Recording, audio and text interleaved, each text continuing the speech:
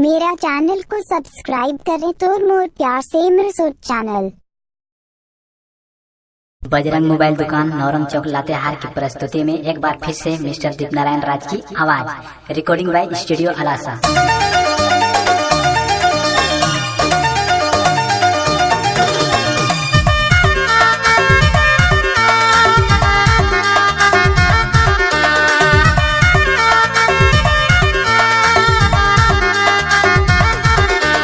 नया गाना प्रस्तुत करते हैं दोस्तों डीजे तापस पहाड़ रायगंज ग्वालियर। 1 मिनट लागिन तो समय नहीं दिले, दिल में चोट पहुँचा ले। ससुराल में बुलाई रहूं मिले नहीं आले, छोड़ कोई बात नहीं। 1 मिनट लागिन तो समय नहीं दिले, दिल में चोट पहुँचा ले। ससुराल में बुलाई रहूं मिले नहीं आले, छोड़ कोई बात नहीं।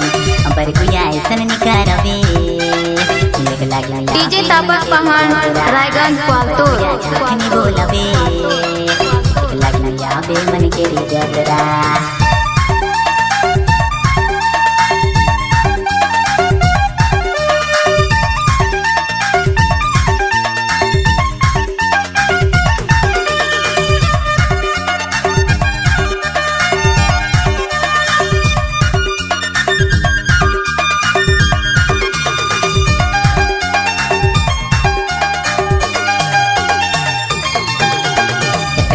करो ना रे मन निभारे ना, हाथ से दबाई के मोई दिल के रखो ना। बात करो ना रे मन निभारे ना, हाथ से दबाई के मोई दिल के रखो ना। अबर गुजाई सन करबे दिल के लगी आबे मन। डीजे तापस पहाड़ रायगंज ग्वालियर। बोलबे दिल के लगी आबे मन के जतरा।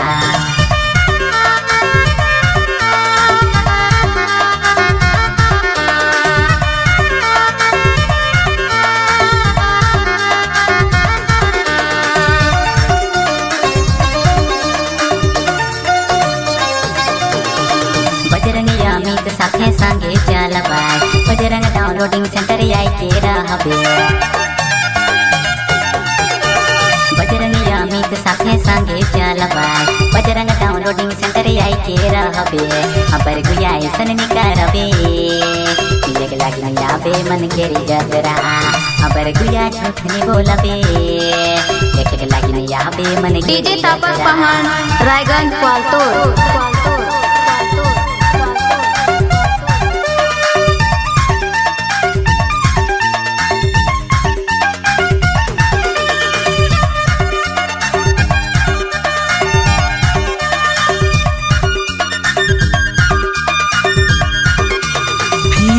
सोनी मनकर बीच लेके आवा थी डीजे तापस पहाड़ रायगंज ग्वालियर से।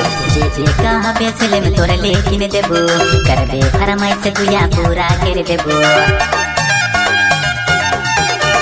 जे कहा बेचले में तोरा लेकिन देबो, करबे फरमाइश गुया पूरा कर देबो। अबर गुया ऐसन करबे दिल के लगी आबे मन के जतरा। अबर गुया झूठ नहीं बोलबे देखे के लगी आबे मन के जतरा। 1 मिनट लागिन तो समय नहीं दिले, दिल में चोट पहुँचा ले। ससुराल में बुलाई रहूं मिले नहीं आले, छोड़ कोई बात नहीं। 1 मिनट लागिन तो समय नहीं दिले, दिल में चोट पहुँचा ले। ससुराल में बुलाई रहूं मिले नहीं आले, छोड़ कोई बात नहीं। अबर गुया ऐसन निकरबे डीजे तापस पहाड़ रायगंज ग्वालियर। अबर गुया झूठ नहीं बोलबे लगी आबे मन के जतरा। अबर गुया झूठ नहीं बोलबे लगी आबे मन के जतरा।